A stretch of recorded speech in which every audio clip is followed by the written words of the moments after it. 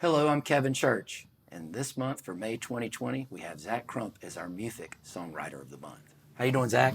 I'm good. How are you? Doing great. We're glad to have you on the show, Glad to be here. and we're just going to ask you a few questions. Did you come from a musical family by chance? Not really. My dad did play trumpet in high school, and his mom actually played piano, but I didn't even know she played piano until after I graduated high school. Never even heard her. And then the only other one would be my aunt's husband, my uncle by marriage. He did play drums, and I love listening to him. But other than that, no, I didn't really come from a family who was always playing music around me. No. Okay, so tell me a little bit about what got you into songwriting. Well, as long as I can remember, I've just always loved music. My first CD was Kenny Chesney, No Shoes, No Shirt, No Problem. And I would just listen to it on repeat. I had my headphones in. I'd sing it at the top of my lungs, whether I had headphones in or it was out back on a little radio I had. I still have the CD, and ever since I've been collecting hundreds of other CDs. That's pretty cool. So he inspired you to pursue writing on your own. So when did you write your first song? That would be probably age 12-ish, around 6th grade. But of course, it wasn't all that good. You know, I didn't like it. It was just the first song. The first real song that I enjoyed and really kept because I thought it was good enough to keep would be, I think, around maybe 15. I wrote it for a girl that I was dating at the time. It was called Gorgeous, and to this day, I still remember the words. Probably still remember her too, if it was gorgeous. I'm just saying. Kinda. I mean, I don't have a horrible memory, but yeah. That's good. So, what is your process like as far as writing songs? How do songs come to you? And then what do you do about that? How do you work with it?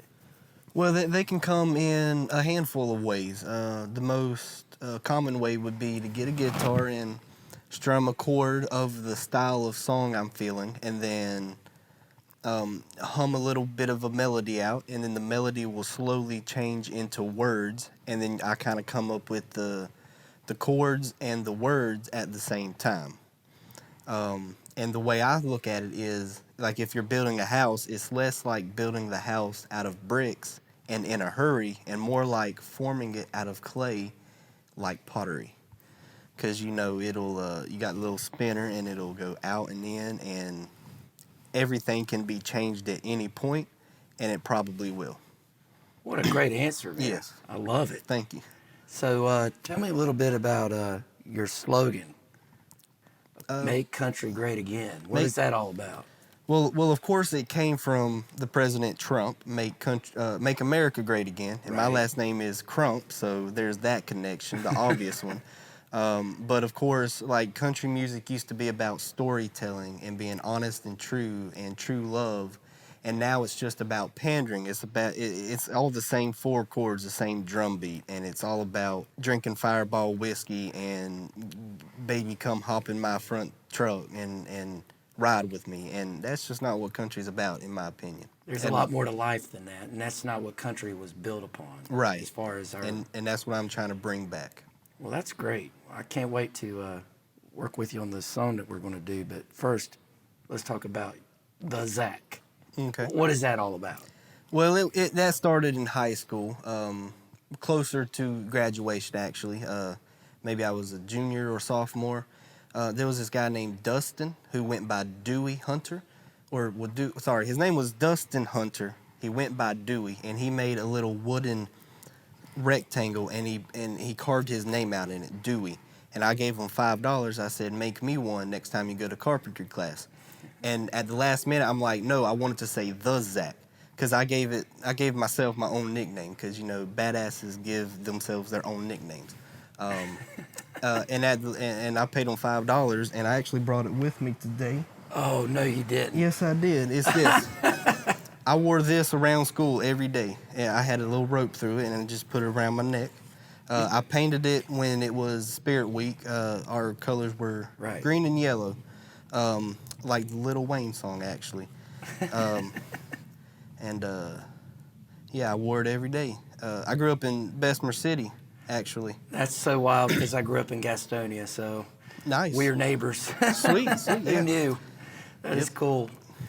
So you've been in Somerville for how long then? 2 years now, I think, maybe a little bit over. Okay. So that brings you to our group. Mm-hmm. Wow. So we crossed paths. So how has you've gotten married and you've had a child, correct? Mm-hmm. So how's that impacted your writing? Well, I mean, I still approach it the same way and all that, but there is something about going through an experience that really helps you when it comes to writing songs. And there's a few subjects that I feel you have to wait until the experience happened in order for you to really capture something good. For example, Yeah. like, yeah, you could write a love song, but when you're married and you don't have to worry about ever being heartbroken again, that is a whole different feeling that you don't, like, it's just not weighing on your shoulders anymore. You know you're not going to be heartbroken. And when you have a kid, like, you can write a song about somebody else's kid, but until you have one yourself, it's not going to be the exact same. Another subject that I feel like you can't write unless you've experienced is maybe being a soldier, and the soldier has PTSD. I just don't see how I could write a song like that not being a soldier with that problem.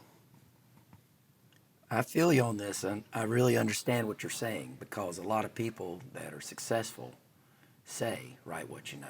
And that's exactly what you're talking about, which is cool that you get to experience these things that you've talked about, being a father and being married, feeling like you will not be betrayed. That's fantastic. You know, I wish you the best with that. So tell me more about the song that we will be doing today. It's called As Strong As I Pretend to Be. That came a couple years ago, actually. I wrote it in Cowboy D, like old Merle Haggard would. And there was just so much stuff going on in my life, and I'm not trying to push any blame, but none of it was my fault. None of it was my wife's fault. Like, one of the things was she got into a wreck, and she actually was pregnant at the time, but the persons who thought it was did not want to take blame. She was trying to sue us for money. Of course, all of that kind of got worked out in one way or another. We did not have to pay any money. On top of that, we both lost our jobs because of something somebody else did. They kind of set us up to where it looked like we were writing more hours on our ticket for a temp company, Okay. which means we were trying to get more money than we worked for, blah, blah, blah. Long story short, we Right. got fired because it looked like we were doing it, but it was not us. And then there was a handful of other things at the time, just bad luck, basically. And so I went for a walk and I wrote this song. Well, I'm looking forward to playing with you on it, man. It's going to be a good Absolutely. time. So when do you think the best time is to subscribe to the MUFIC channel? Right now, Zac Crump, everybody.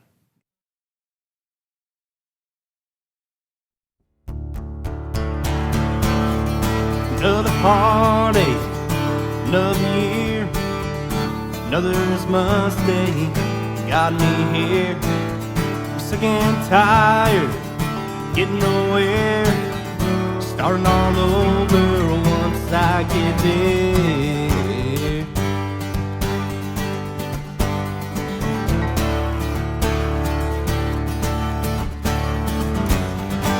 Everybody took responsibility instead of blaming some poor boy like me. Then I do believe we live in harmony. Everybody wants to sing the melody, but the sing off key and too different beat, and it breaks my strings. If it wasn't for the liars and thieves, I wouldn't have to be as strong as I pretend to be.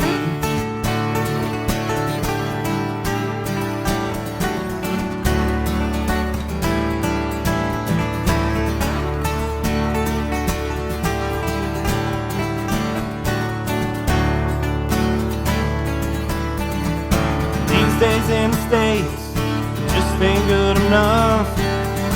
Play it safe, one day fall in love. Have a family, work hard every day. Pray nothing bad happens and look forward to the grave.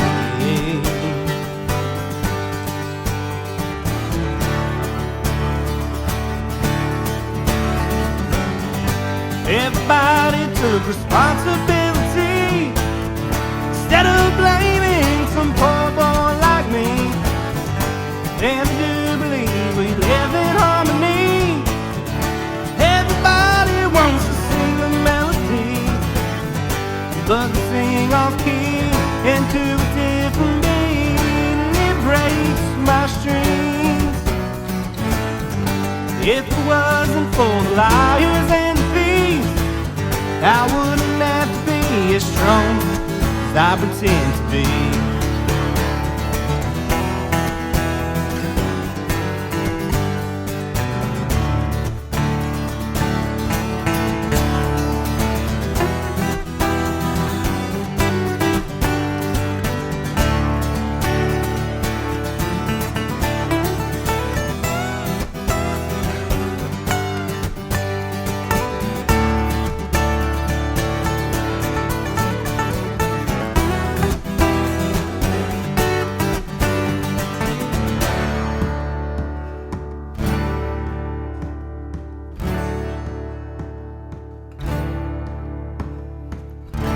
Another heartache, another year, another's mistake got me here.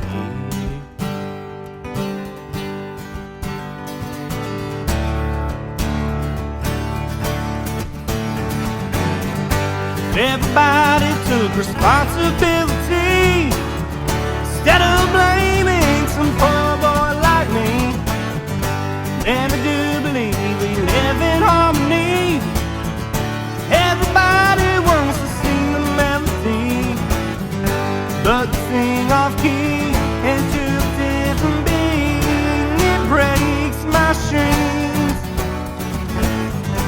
If it wasn't for the liars and the thieves, I wouldn't have to be as strong as I pretend to be. If it wasn't for the liars and the thieves, I wouldn't have to be as strong as I pretend to be.